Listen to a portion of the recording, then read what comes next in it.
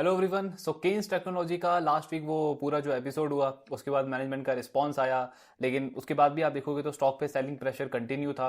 In fact business को लेकर के जो सेंटीमेंट था वो और ज़्यादा नेगेटिव हो गया, क्योंकि कुछ पॉइंट्स उन्होंने हाईलाइट भी नहीं करे जो ब्रोकर ने उस रिपोर्ट में मेंशन किया था। इन्होंने अपने रिस्पॉन्स में उसको हाईलाइट नहीं किया। जो जिसका इन्होंने रिस्पॉन्स दिया उसका इतना डिटेल एक्सप्लेनेशन नहीं दिया कि एग्जैक्ट क्या रीजन था उन सारी चीज़ों के पीछे, तो और नेगेटिव सेंटीमेंट बना। एंड फाइनली मैनेजमेंट को मंडे को कॉन कॉल करना पड़ा। सो कॉन कॉल में इन्होंने काफी डिटेल में हर एक चीज के ऊपर बात करी है। जो जो पॉइंट्स उन्होंने रेज करे उसका रीजन क्या था, उसका रैशनल क्या था, आगे का कैसा आउटलुक है, ग्रोथ कैसे कंपनी प्लान कर रही है, किस तरीके का बिजनेस का स्ट्रेटेजी रहने वाला है, स्मार्ट मीटर के अलावा बाकी सेगमेंट्स में कैसे ग्रोथ प्रोस्पेक्ट्स है, हर एक चीज के ऊपर काफी अच्छे से इन्होंने डिस्कशन किया है। तो उसको डिस्कस करेंगे। प्लस जो वैल्यूएशन करेक्ट हुए इस स्टॉक के 140 150 का पी है, अब आप देखोगे 60 70 के आसपास का पी मल्टीपल है। तो अब ओवरऑल डील कैसी लगती है, ओवरऑल आउटलुक कैसा लगता है बिजनेस का, इसको भी एक बार शॉर्ट में डिस्कस करेंगे आज हम। सो सबसे पहले मैनेजमेंट ने ओपनिंग रिमार्क में अगेन उस चीज को एक्सेप्ट किया इन्होंने कि हमारा जो सबसे बड़ा मिस्टेक था वो नोट्स टू अकाउंट में जो हमने मेंशन नहीं किया वो एक बड़ा मिस्टेक था। डिस्क्लोजर हमने वहां पे नहीं दिया। एक सब्सिडरी के नोट्स टू अकाउंट में वो चीज मेंशन थी, लेकिन दूसरे सब्सिडरी के नोट्स टू अकाउंट में वो चीज हमने मेंशन नहीं करी, तो वो एक हमसे एरर हुआ। बट ये एरर रिपोर्टिंग का था, हमारे इंटेंट में कोई एरर नहीं था। मतलब कोई इंटेंशनली हमने कोई चीज हाइड करने की कोशिश नहीं करी, क्योंकि पीएनएल स्टेटमेंट, बैलेंस शीट, ये दोनों अगर आप देखोगे दोनों सब्सिडरीज का, उनमें सारे वो सेम ट्रांजैक्शन आपको दिखेंगे। लेकिन जस्ट नोट्स टू अकाउंट में जो मेंशन करना होता है रिलेटेड पार्टी ट्रांजैक्शन का, वो हमसे एक में मिस हो गया। एंड वो हमारा मिस्टेक था।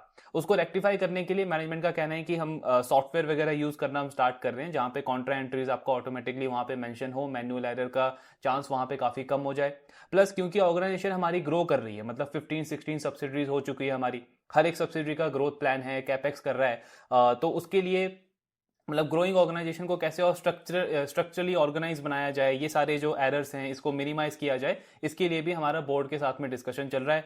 प्लस जो हमारे पार्टनर्स हैं जैसे ऑडिटर है, तो जब उनका वो टेन्योर जब कंप्लीट होगा तो क्या नया ऑडिटर हायर करना है, बिग फोर को हायर करना है कि इन सारी चीजों पे भी मैनेजमेंट का डिस्कशन चल रहा है। इसको भी आगे वो इंप्रूव करने को देख रहे हैं।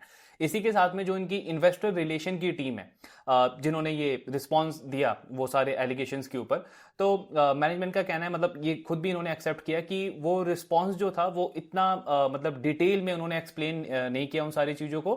प्लस रिस्पॉन्स देने में भी हमको टाइम लग गया, तो हमारे लिए ये एक लेसन था। हमारी जो इन्वेस्टर रिलेशन टीम है उनको भी एक मैसेज चला गया कि इन फ्यूचर अगर दोबारा से इस तरीके की चीज़ें होती हैं तो कितने इफेक्टिवली, कितने फास्ट तरीके से आपको रिप्लाई करना है, सो दैट ये जो इन्वेस्टर का जो सेंटीमेंट है उसको हम मतलब इतना ज़्यादा नेगेटिव ना होने दें, उसको हम कैसे प्रोटेक्ट करके रखें। तो ये सारा हमारे लिए एक लर्निंग लेसन रहा है। एंड आगे से इन सारी चीज़ों को हम इंप्रूव करने की कोशिश करेंगे। देन वो जो उन्होंने रिपोर्ट्स में चीज़ें मेंशन करी थी उनमें से सबसे पहला पॉइंट था कि वो जो भी उसका नाम है स्क्रैमको, जो इनकी सब्सिडरी है जिसको उन्होंने एक्वायर किया लास्ट ईयर, उसका last year second half H2 of FY25 में पैट मार्जिन उसका सीधे 28% हो गया। अब किसी भी मैन्युफैक्चरिंग बिजनेस के लिए 28% PAT margin I mean almost next to impossible है। तो क्वेश्चन ये था कि इतना ज्यादा पैट मार्जिन आपकी सब्सिडरी का कैसे हो गया सीधे आपकी एक्विजिशन के बाद। तो वहां पे इनकी मैनेजमेंट का कहना है कि जो उन्होंने नंबर्स कैलकुलेट करे हैं उसमें कुछ प्रॉब्लम है, उसमें कुछ गलती है। बिकॉज अगर आप एक्चुअल नंबर्स देखोगे हमारे उस सब्सिडरी के, तो उसने रेवेन्यू किया लास्ट ईयर सेकंड हाफ में अराउंड 532 533 करोड़ का। उसके अगेंस्ट में उसने पैट जनरेट किया 48 49 करोड़ का। तो पैट मार्जिन आपका बनता है 9% का, ना कि 28% का, जो कि उनके रिपोर्ट में मेंशन था। अब ये चीज इन्होंने वही मैनेजमेंट रिस्पॉन्स जो इन्होंने दिया था लास्ट वीक उसमें इन्होंने ये चीज बताया नहीं था। यहाँ पे इन्होंने डिटेल में नंबर्स के साथ में उसको कोट किया कि वो जो डेटा वहां पे था वो गलत था। दूसरा पॉइंट, इसी सब्सिडरी ने लास्ट ईयर फर्स्ट हाफ में लॉस रिपोर्ट किया था, वो ऐसा उस ब्रोकर की रिपोर्ट में बताया गया।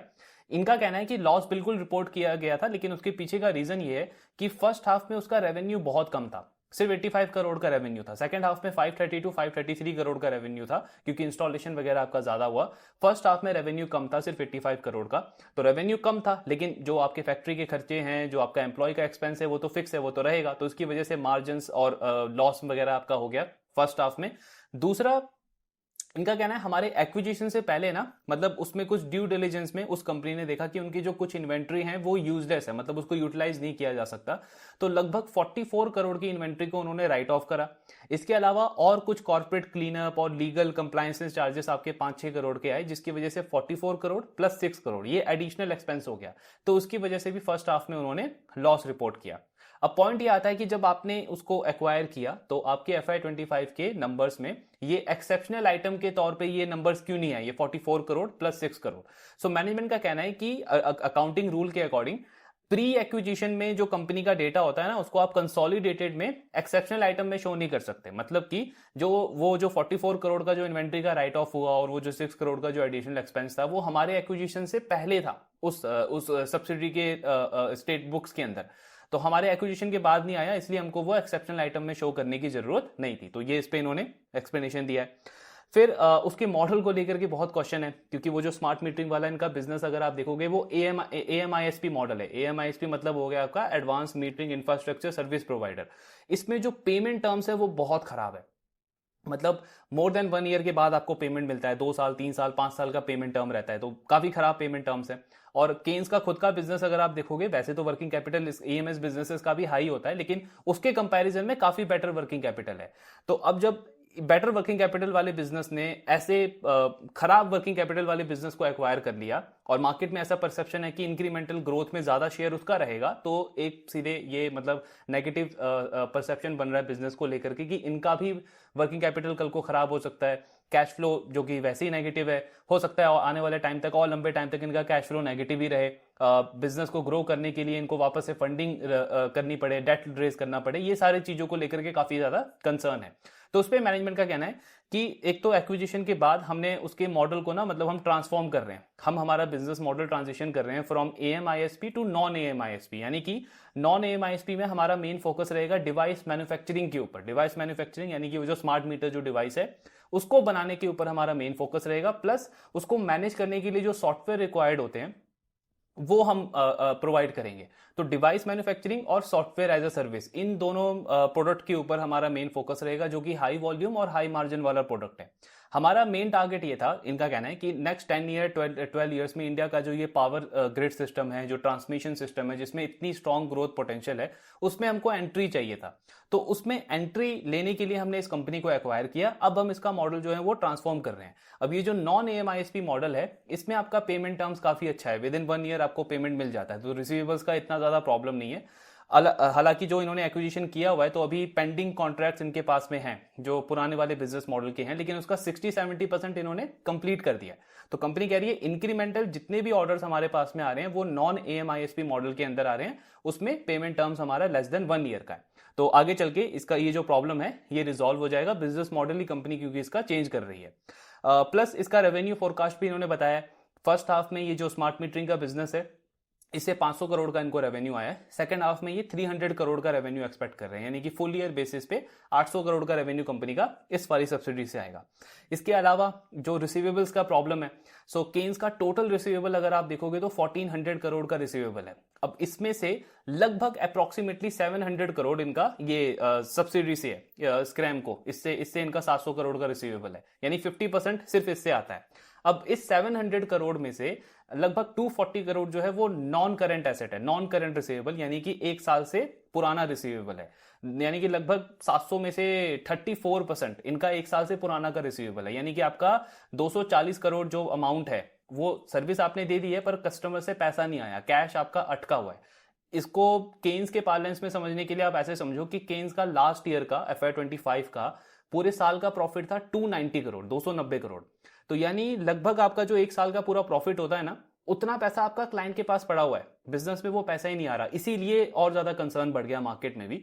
सो इनका, हालांकि ये सारी चीजों पे ना इन्होंने पहले से क्लैरिटी दिया हुआ था। Q4 का कॉन कॉल सुनो, Q1 का कॉन कॉल सुनो, Q2 का भी तो कॉन कॉल हमने डिस्कस किया था, एनालाइज किया था, वहां पे भी मैनेजमेंट ने इन सारी चीजों पे एक्सप्लेनेशन दिया था। पर होता क्या है कि एक चीज मतलब एक बढ़ के आती है ना मार्केट में, कि आपने कोई एक एरर कर दिया, उसके साथ में आप सारी चीजें फिर कनेक्ट करने लग जाते हो। तो वही सारी चीजें इनके साथ में हुई है कि एक खराब चीज निकल के आई है, तो बाकी सारी चीजें भी अब उसको मतलब एक के ऊपर एक हाईलाइट कर रही है कि बिजनेस पूरा ही खराब है। लेकिन इसको इन्होंने क्लियर किया था कि ये जो 240 करोड़ का रिसीवेबल है, इसको कंपनी इनवॉइस डिस्काउंटिंग के थ्रू क्लीन करने को देख रही है। हालांकि Q2 में भी कुछ अमाउंट, आई थिंक 60-70 करोड़ इसका इन्होंने क्लीन अप किया है। बाकी का इनका ऑलरेडी गाइडेंस था कि सेकंड हाफ में इसको ये क्लीन अप करेंगे, यानी बैंक NBFC को आप वो इनवॉइस डिस्काउंटिंग करोगे और आपका ये 240 करोड़ जो है ये बैलेंस शीट से रिलीज हो जाएगा, कैश आपके पास में आ जाएगा। और इंक्रीमेंटल, क्योंकि बिजनेस ही आप चेंज कर रहे हो, नॉन एएमआईएसपी पे आपका मॉडल शिफ्ट हो रहा है, तो वहां से भी आपका वर्किंग कैपिटल ओवरऑल इंप्रूव होगा। सो गाइडेंस इन्होंने वापस से रीट्रेट किया है कि by the end of FY26 हमारा जो ये 240 करोड़ है ये रिमूव हो जाएगा। ओवरऑल जो आपको वर्किंग कैपिटल अभी दिख रहा है हमारा कि 120-130 डेज के आसपास है, ये भी अपने हिस्टोरिकल लेवल पे आ जाएगा। पिछले साल इनका 85-87 था नेट वर्किंग कैपिटल डेज, उससे पिछले साल देखोगे FY24 में तो 83-85 था, यानी वाई इतना ज्यादा इंक्रीज नहीं हुआ था। और सेम इनका गाइडेंस इस साल का भी है कि 85 से 90 डेज तक हम पहुंच जाएंगे by the end of FY26। अब डायरेक्शनली इसको कैसे इंप्रूव करने को देखेगी कंपनी, तो तीन चीजें ये करेंगे। पहला तो supply chain financing. Supply chain financing जैसे वो एसजी फिनसर्व का मॉडल हमने डिस्कस किया था ना, तो कंपनी क्या कर, मैनेजमेंट क्या बोल रहा है कि हम अपने कस्टमर का बैंकर बनना बंद कर देंगे। अब मतलब कि जैसे कस्टमर से इनको ऑर्डर मिला, अब ये ऑर्डर पूरा डिलीवर करेंगे, उसके 3-6-9 महीने बाद जब कस्टमर का वो माल बिक जाएगा तब वो कस्टमर इनको पे करेगा, तो वो वाला मॉडल अब ये फॉलो नहीं करेंगे। सप्लाई चेन फाइनेंसिंग ये लेंगे, यानी कि जो बैंकर है इनके कस्टमर का, वो इनके कस्टमर के बिहाफ पे इनको पे करेगा अपफ्रंट। जो भी जब भी ये प्रोडक्ट वगैरह डिलीवर करेंगे तो इनको कैश अपने बिजनेस में अपफ्रंट मिल जाएगा। तो एक तो यहां से इंक्रीमेंटल प्रॉब्लम सॉल्व हो गया। दूसरा कंपनी करेगी फैक्टरिंग। फैक्टरिंग मतलब कि आपके पास में जो पुराने बल्क रिसीवेबल हैं, 1 साल हो गया, 6 महीना हो गया, पैसा आया नहीं है कस्टमर से, लेकिन कस्टमर की क्रेडिबिलिटी अच्छी है। अभी ये बोल भी रहे हैं कि जो नए कस्टमर भी ऑनबोर्ड कर रहे हैं वो काफी बड़े कस्टमर्स हैं, उनका फाइनेंशियल स्ट्रेंथ, उनकी क्रेडिबिलिटी काफी स्ट्रांग है, तो बैंकर्स इंटरेस्टेड हैं सप्लाई चेन फाइनेंसिंग को लेकर के। तो फैक्टरिंग वगैरह में कंपनी क्या करेगी, पुराने बल्क रिसीवेबल्स को अगेन ये बैंक एनबीएफसी को सेल करेगी, वहां से इनके पास में कैश रिलीज हो जाएगा। तीसरा है बिल डिस्काउंटिंग। बिल डिस्काउंटिंग मतलब आज मैंने किसी कस्टमर को पैसा दिया, कस्टमर बोल रहा है 2 महीने बाद पैसा देगा, लेकिन मुझे अभी अपने बिजनेस में कैश चाहिए, तो वो अगेन वो बिल डिस्काउंटिंग में बैंक एनबीएफसी से कराऊंगा और मेरे पास में कैश अभी आ जाएगा। तो कंपनी कह रही है डायरेक्शनली ये 3 चीजें हमको हेल्प करेगी हमारे बिजनेस का वर्किंग कैपिटल, रिसीवेबल वगैरह, ये सारी चीजों को इंप्रूव करने में। फिर नेक्स्ट पॉइंट आता है, हाँ रिसीवेबल वाला पार्ट, हाँ ये जो फैक्टरिंग वगैरह आप करोगे इसमें पॉइंट आता है कि आपका इंटरेस्ट कॉस्ट मतलब ओवरऑल जो है वो बढ़ सकता है। बेसिकली आपको, क्योंकि वो जो बैंक एनबीएफसी है वो भी अपना मार्जिन कट करेगा। तो कंपनी का कहना है कि हमने ये सारी चीजें ना, हमारे जो गाइडेंस हमने दिया था FY25 के एंड में, उसमें ऑलरेडी ये सारी चीजें फैक्टर इन करी हुई है। तो ओवरऑल अगर आप हमारा बोरोइंग कॉस्ट देखोगे वो 10% आता है, जो कि उस रिपोर्ट में कोट किया था 17-18% के आसपास, क्योंकि उन्होंने सिर्फ मतलब वो एक तरीके से लॉन्ग टर्म लोन उन्होंने काउंट किया था, लेकिन हमारा जो बिजनेस का ग्रोथ है उसको हम इस इनवॉइस डिस्काउंटिंग हो गया, बिल डिस्काउंटिंग हो गया, इसके थ्रू भी फंड करते हैं। तो अगर आप ओवरऑल बोरोइंग कॉस्ट हमारा देखोगे वो 10% के आसपास आता है, क्योंकि हम डोमेस्टिक बैंक से नहीं फॉरेन बैंक से हम इसकी फाइनेंसिंग करा रहे हैं, जहां पे हमारा जो रेट कट है वो काफी कम है डोमेस्टिक बैंक्स के कंपैरिजन में। तो इन सारी चीजों से कंपनी कह रही है कि नेट प्रॉफिट हमारा आपको दिखेगा बिल्कुल सेम रहेगा जो हमने गाइडेंस दिया है, मार्जिन से बिट्टा मार्जिन सेम वही 16-17% के आसपास रहेंगे, उसमें कोई भी ऐसा नेगेटिव इंपैक्ट देखने को नहीं मिलेगा। देन इन्होंने प्रोविजनिंग भी करी है, सो उसको लेके भी कंसर्न था, तो कि प्रोविजनिंग कर दी, रिसीवेबल्स यानी कि आने के चांसेस नहीं है। तो कंपनी का कहना है कि प्रोविजनिंग जो हमने करी है वो अकाउंटिंग एक तरीके से मैंडेटरी था हमको, अकाउंटिंग के पैरामीटर पे ईसीएल फ्रेमवर्क जो आप देखते हो ना बैंक्स एनबीएफसी इसको करनी पड़ती है कि अगर आपका एसेट जो है स्टैंडर्ड भी है, लेकिन फिर भी आपको पिछले 5 साल 7 साल 10 साल के डेटा के बेसिस पे कि जब जब इकोनॉमी में कुछ प्रॉब्लम हुआ है तब तब इस प्रोडक्ट के अंदर आपका कितने क्रेडिट कॉस्ट रहा है उसके अकॉर्डिंग आपको कुछ प्रोविजनिंग करनी पड़ती है। तो सेम इनका कहना है कि ईसीएल फ्रेमवर्क के अंदर क्योंकि रिसीवेबल्स थोड़े थोड़े बढ़ रहे थे, मतलब पुराने हो गए थे, तो उनको उसके अकॉर्डिंग हमको प्रोविजनिंग करनी पड़ी है। लेकिन ये प्रोविजनिंग राइट ऑफ नहीं है, एक्चुअल राइट ऑफ हमारे बिजनेस में बहुत कम होता है, क्योंकि हम कस्टम बिल्ड बिजनेस पे काम करते हैं। कस्टम बिल्ड का मतलब हो गया कि मतलब कस्टमाइज प्रोडक्ट आप बना के देते हो कस्टमर के रिक्वायरमेंट के अकॉर्डिंग, तो एक्चुअल राइट ऑफ इसमें बहुत कम होता है। और जो ये हमने प्रोविजनिंग करी भी है इसमें भी हमारा कस्टमर के साथ में अभी कलेक्शन वगैरह चल रहा है, तो ये जस्ट एक अकाउंटिंग रिक्वायरमेंट की वजह से हमने प्रोविजनिंग करी है, एक्चुअल राइट ऑफ नहीं है हमारे बिजनेस के अंदर। देन एक और जो कंफ्यूजन हुआ था, एक्विजिशन को गुडविल में मेंशन कर दिया, इंटेंजिबल एसेट में मेंशन कर दिया, तो वहां तो इन्होंने रिस्पांस में सीधा बताया था कि अकाउंटिंग रूल जो है वो हमको अलाउ करता है कि हम गुडविल में भी कर सकते हैं, इंटेंजिबल एसेट में भी कर सकते हैं, बट यहां पे मैनेजमेंट ने डिटेल में बताया है। तो बेसिकली लास्ट ईयर इन्होंने ना 2 कंपनी एक्वायर करी थी, एक तो वो स्मार्ट मीटरिंग वाली स्क्रैम को, एक और कंपनी आई थिंक सेंसोनिक करके कोई कंपनी है जिसको इन्होंने एक्वायर किया था। अब अकाउंटिंग में क्या होता है, एक तो जब भी आप किसी कंपनी को एक्वायर करते हो तो उसके बुक वैल्यू के ऊपर जो आप उसको पैसा देते हो ना, जो भी आप प्राइस देते हो वो प्रीमियम है। मतलब प्रीमियम आप किस चीज का दे रहे हो, या तो ब्रांड का देते हो कि कंपनी का ब्रांड बहुत अच्छा है, या फिर उसके पास में कोई कॉपीराइट है या पेटेंट है किसी प्रोडक्ट का, या फिर कोई कस्टमर का कॉन्ट्रैक्ट है जो फ्यूचर में आपको रेवेन्यू दे सकता है, कोई ऐसी टेक्नोलॉजी है जिससे आप फ्यूचर में बढ़िया रेवेन्यू बना सकते हो, तो उसके लिए आप प्रीमियम पे करते हो। अब अकाउंटिंग ये बोलता है कि अगर वो आइडेंटिफाइएबल है ना, मतलब कोई टेक्नोलॉजी है उस कंपनी के पास में, या फिर कोई कस्टमर के कॉन्ट्रैक्ट है, और आप उसको आइडेंटिफाई कर सकते हो कि अगले 3 साल 5 साल के अंदर मुझे इससे इतना रेवेन्यू आ सकता है, तो उसको आप इंटेंजिबल एसेट में ऐड कर सकते हो और पीएनएल में आप अमोर्टाइज करोगे। यानी कि उसका एक्सपेंस जो है पीएनएल में वो एकदम से नहीं आएगा, over a period of time. जैसे फिक्स्ड एसेट को हम डेप्रिशिएट करते हैं, वैसे इंटेंजिबल एसेट को आप अमोर्टाइज करते हो over a period of time, तो धीरे धीरे धीरे करके आपके पीएनएल में वो एक्सपेंस आएगा। और अगर ऐसी चीजें जिसको आप आइडेंटिफाई नहीं कर सकते, सपोज आपने ब्रांड वैल्यू के ऊपर उसको वो प्रीमियम दिया है, तो आप उसको गुडविल में ऐड कर सकते हो। अब इस कंपनी ने क्या किया है, 2 कंपनी एक्वायर करी, तो स्क्रैमको को जो इन्होंने एक्वायर किया है उसमें ये सारी चीजें थी, कस्टमर के कॉन्ट्रैक्ट्स थे, R&D था उस कंपनी के पास में, नए प्रोडक्ट डेवलपमेंट थे, तो ये सारी चीजें इन्होंने इंटेंजिबल एसेट में ऐड करी। और जो दूसरी कंपनी एक्वायर करी थी उसका उन्होंने जो प्रीमियम पे किया उसको इन्होंने गुडविल में ऐड किया। तो यहां पे इन्होंने अच्छे से एक्सप्लेन किया, जो रिस्पॉन्स इन्होंने दिया था उसमें इन्होंने ठीक से एक्सप्लेन नहीं किया था। तो जो दूसरी कंपनी थी उसमें ऐसी कोई आइडेंटिफाइबल चीजें नहीं थी, तो कंपनी ने उसको सीधे पूरा गुडविल में ऐड कर दिया। जो स्क्रैमको थी उसके साथ में ये सारे एडिशनल चीजें थी, जैसे R&D हुआ, सॉफ्टवेयर हुआ, टेक्नोलॉजी हुआ, कस्टमर के कॉन्ट्रैक्ट हुए जहां से इनको फ्यूचर में रेवेन्यू आएगा, वो सब इन्होंने इंटेंजिबल एसेट में रिकॉर्ड किया। इससे एक एनालिस्ट ने इनको पूछा भी कि ये आपका कंजर्वेटिव अप्रोच है, ये अच्छा अप्रोच है, तो मतलब आपको इस पे जल्दी क्लैरिफिकेशन देना चाहिए था, या आपके इन्वेस्टर रिलेशन टीम को थोड़ा सा और प्रोएक्टिवली इस पे एक्ट करना चाहिए था। बट वही है, मैनेजमेंट इन सारी चीजों पे रिस्पॉन्ड करने में थोड़ा सा डिले हुआ। उन्होंने खुद भी एक्सेप्ट किया कि हमारे लिए एक लर्निंग लेसन था। इनफैक्ट इन्होंने बताया कि वो जो ब्रोकर है जिन्होंने ये रिपोर्ट निकाली, उनका हमारे साथ में पहले डिस्कशन हो चुका था इन चीजों के ऊपर, हमने उनको मतलब एक्सप्लेनेशन दिया था इन सारी चीजों का, बट माइट भी वो उन एक्सप्लेनेशन से सेटिस्फाइड नहीं होंगे, एंड उन्होंने मार्केट में आगे जाके वो रिपोर्ट को रिलीज कर दिया। तो फिर हमको फाइनली ये कॉल वगैरह करना पड़ा, ये सारा रिस्पॉन्स करना पड़ा, जो भी मतलब अच्छे से हैंडल हुआ नहीं है पूरा केस कंपनी के साथ में, जिसकी वजह से ये सारी चीजें हुई। फिर आपका नेक्स्ट आता है वो कैश फ्लो और मतलब बैलेंस शीट को मिसमैच को लेकर के।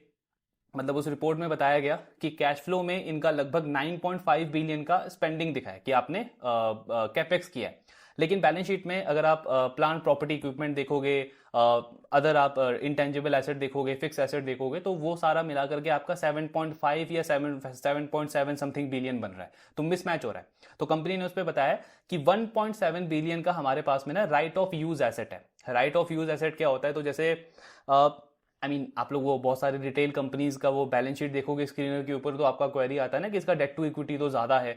वो इसलिए ज्यादा लगता है क्योंकि बोरोइंग में ना लीज लाइबिलिटी वो ऐड करते हैं। अब लीज लाइबिलिटी आपका आ जाता है बोरोइंग्स के अंदर। सिमिलरली एसेट में एक आपका लाइन आइटम क्रिएट होता है राइट ऑफ यूज एसेट, यानी कि जो प्रॉपर्टी जो लैंड मैंने एक्वायर किया है, मतलब मैं उसका ऑनर नहीं हूं, लेकिन उसको यूज करने का मेरे पास में राइट है।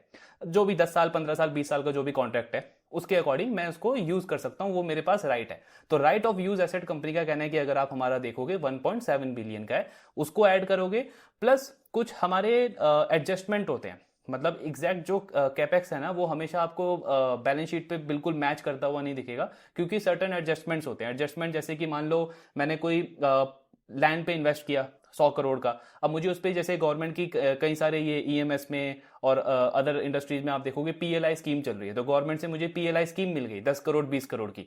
तो जो नेट एसेट मेरा जो मैंने क्रिएट किया है वो तो मैंने 80 करोड़ या 90 करोड़ का किया ना, क्योंकि मुझे उसमें पीएलआई भी मिल गया।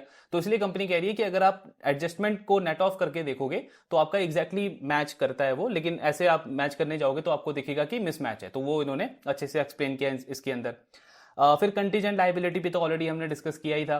कंपनी कह रही है कि आप ये देखो कि जब हमने ओसैट के अंदर एंटर करा था तब तो बहुत ज्यादा मतलब एक तरीके से कंसर्न था मार्केट में कि कैसे इसको हम पुल ऑफ कर पाएंगे। पीसीबी के अंदर हम बैकवर्ड इंटीग्रेशन कर रहे हैं, क्योंकि उन कुछ कंपनीज में से थे हम।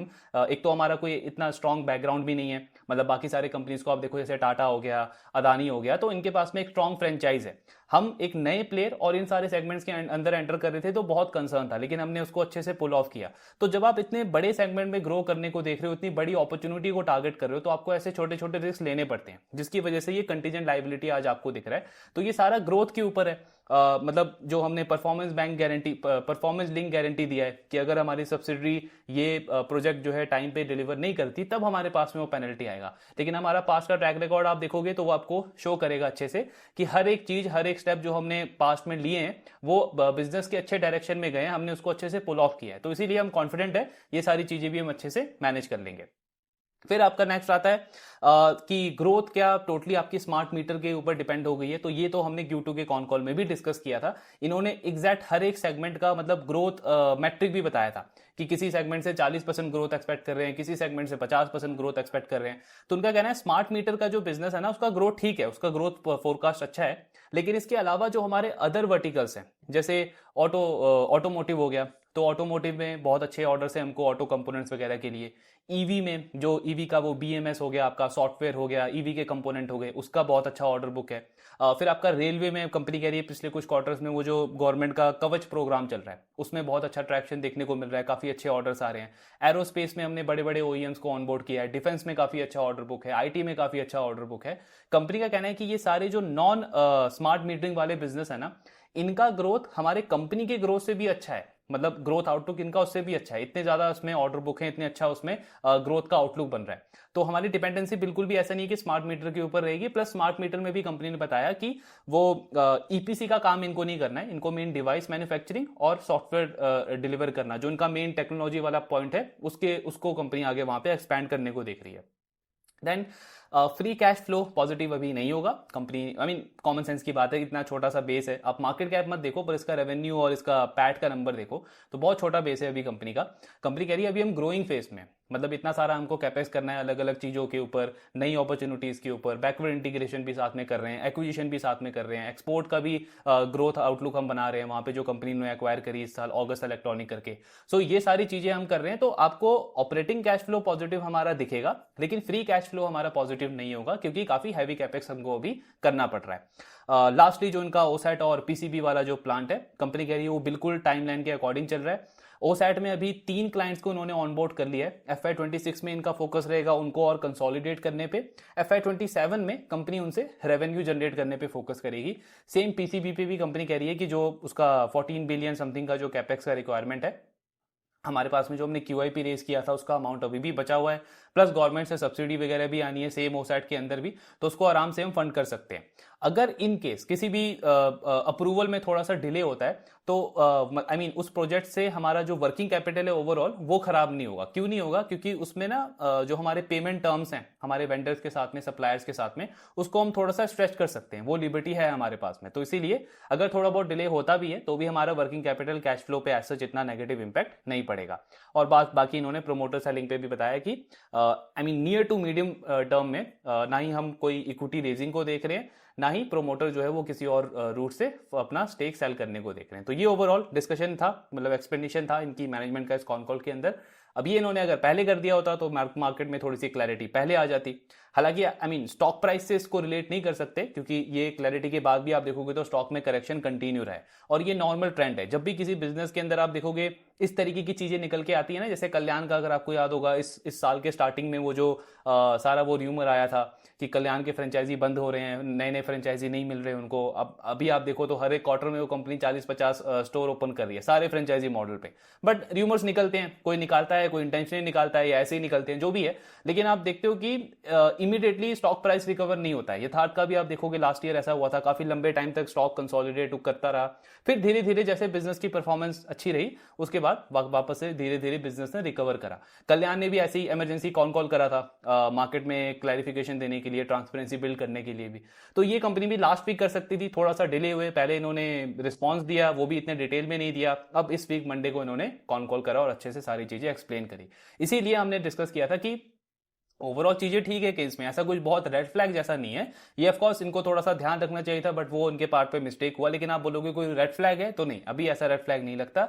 लेकिन मुझे ट्रेडिंग मेंटालिटी से प्ले नहीं करना है, मुझे सिर्फ ये देख के प्ले नहीं करना है कि यार 150 140 का पी, 70 80 का पी आ गया है तो अब तो मतलब 100 120 का पी भी हो जाएगा तो मुझे एक अच्छा री रेटिंग मिल जाएगा, क्योंकि वो ना बहुत शॉर्ट टर्म और बहुत ट्रेडिंग वाली मेंटालिटी है। मेरा फोकस उसके अंदर ना सिर्फ प्राइस और पी के ऊपर रहेगा कि इसका प्राइस कब ऊपर जाएगा, इसका पी कब ऊपर जाएगा। तो वो जर्नी जो है ना वो मेरी पेनफुल भी हो सकती है अगर अगले 3 6 महीने में स्टॉक प्राइस आपका रिकवर नहीं करता है तो। जैसे कल्याण के साथ में आप देखो उस टाइम पे 800 पे था, फिर बहुत शार्प करेक्शन हुआ, उसके बाद बिजनेस की परफॉर्मेंस कंसिस्टेंट रही, स्टॉक प्राइस रिकवर हुआ। फिर Q1 के बाद उन्होंने वो मतलब क्रेडिट पीरियड अपना कम करने वाला जो गाइडेंस दिया कि 30 35 डेज में अभी हम वेंडर को पे करते हैं, अब हम इसे 1/3 डेज के अंदर पे कर देंगे, 10 to 15 डेज के अंदर। वापस से करेक्शन हुआ, लेकिन बिजनेस की परफॉर्मेंस अच्छी रही तो धीरे धीरे स्टॉक रिकवर हुआ, बट अभी भी वो 800 का जो लेवल है उसको टच नहीं किया। पर क्या बिजनेस के फंडामेंटल में कोई प्रॉब्लम है? नहीं, कोई प्रॉब्लम नहीं है। तो अगर कल्याण पे मैंने उस टाइम पे सिर्फ ये सोच के इन्वेस्ट किया होता कि अगले 3 6 महीने में स्टॉक वापस से 800 चला जाएगा, 700 चला जाएगा, तो मेरे लिए अभी जर्नी जो है ना वो बहुत पेनफुल हो जाती, क्योंकि मेरा फोकस होता सिर्फ प्राइस के ऊपर, सिर्फ पीई के ऊपर। मैं ये तो देख ही नहीं रहा था कि मतलब कल्याण तब भी बहुत अच्छा कर रहा था, अभी भी इंडस्ट्री में लीडिंग प्लेयर है, मार्केट शेयर अभी भी सबसे फास्ट रेट पे गेन कर रहा है, एक्सपेंशन अभी भी सबसे फास्ट है, जबकि बेस इतना बड़ा बन चुका है उस कंपनी का। तो फोकस अगर अगर आप सिर्फ पीई के बेसिस पे लेके चलोगे ना किसी स्टॉक को, तो वो बहुत ज्यादा हिट करता है।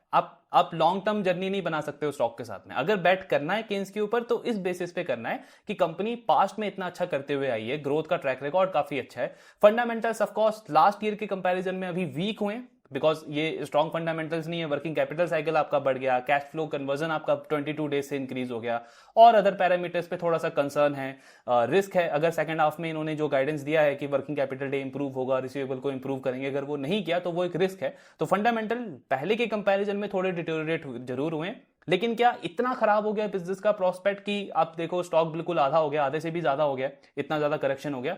तो उस पॉइंट से अगर मैं देखूं तो डील अच्छी लगती है कि बिल्कुल इस पी के बेसिस पे, और अगर आप अभी भी इसका फॉरवर्ड पी देखोगे तो 55 60 के आसपास आता है, पैक रेशियो बिलो 1 है, 0.7 0.8। आई डोंट नो, जब से हम गेन्स को ट्रैक कर रहे हैं तब से शायद फर्स्ट टाइम है जहां पे आपको इस तरीके के वैल्यूएशन दिख रहे हैं, लेकिन हाँ साथ में कंसर्न भी है। तो मुझे प्ले करना है तो थोड़ा रिस्क को मैनेज करते हुए, एलोकेशन को मैनेज करते हुए, और एक अपना बिजनेस के फंडामेंटल के ऊपर फोकस करते हुए करना है कि ठीक है 6 महीना 9 महीना, माइट भी 1 साल भी लग सकता है पूरा वो वाला लेवल पे रिकवर होने को, लेकिन बिजनेस का ग्रोथ काफी अच्छा है, कंसिस्टेंटली ईएमएस स्पेस में आउट परफॉर्मर रहा है, ये बाकी सारे प्लेयर्स को इन्होंने आउट परफॉर्म किया है, मार्जिन में कंसिस्टेंट एक्सपेंशन है। ये शॉर्ट टर्म का एक थोड़ा सा प्रॉब्लम चल रहा है पिछले 6 महीने 1 साल का, और मैनेजमेंट ने क्योंकि पास्ट में वो सारे चैलेंजेस अच्छे से हैंडल करे हैं तो कॉन्फिडेंस बढ़ता है कि इसको भी वो अच्छे से मैनेज कर सकते हैं। बट मुझे थोड़ा सा वहां पे कॉशियस अप्रोच रखना है एंड एलोकेशन को अपना मैनेज करते हुए चलना है कि Q3 में जब इनके रिजल्ट आएंगे तब मैनेजमेंट कमेंट्री में क्या देता है, और Q4 में जब बैलेंस शीट और कैश फ्लो का स्टेटमेंट आएगा तब वहां पे एग्जैक्टली ये इंप्रूवमेंट मुझे शो होना चाहिए। मतलब मेरे माइंड में एक तरीके से एग्जिट फ्रेमवर्क होना चाहिए कि अगर वो नहीं हुआ तो उसका मतलब मार्केट इसको और ज्यादा पनिश कर सकता है, क्योंकि मतलब फिर तो आपका आगे का ग्रोथ आप कैसे प्लान करोगे, डेट रेज करोगे या वापस से इक्विटी रेज करने जाओगे, तो वो तो बहुत रिस्की हो गया। तो जो आप बोल रहे हो कि Q4 में इसको हम इंप्रूव कर लेंगे, उसका हमको थोड़ा सा मतलब एक तरीके से आइडिया मिल सकता है Q3 के कॉन कॉल में, और फिर Q4 में तो एग्जैक्टली वो नंबर्स हमारे सामने रहेंगे। तो वो सारी चीजें अगर प्लान के अकॉर्डिंग हुई तब आप देखोगे धीरे धीरे बिजनेस पे कॉन्फिडेंस वापस आएगा मार्केट का, एंड अच्छी खासी रिकवरी होगी यहाँ से, क्योंकि मीडियम टर्म लॉन्ग टर्म के बेसिस पे आप देखो तो बहुत स्ट्रॉन्ग प्रोस्पेक्ट लगते हैं इस बिजनेस के, और पास्ट में इन्होंने वो डिलीवर करा है। तो मुझे बैट करना है उसके बेसिस पे, ना कि सिर्फ कि पी 70 80 से एकदम 100 120 हो जाए, वो गलत मेंटालिटी है, क्योंकि फिर 3 6 महीने वेट करने के बाद मैं परेशान होता रहूंगा, इरिटेट होता रहूंगा, तो वो माइंडसेट नहीं रखना है। बाकी ऑफ कोर्स आपके जो डाउट्स है शेयर करते रहिए। Thank you very much.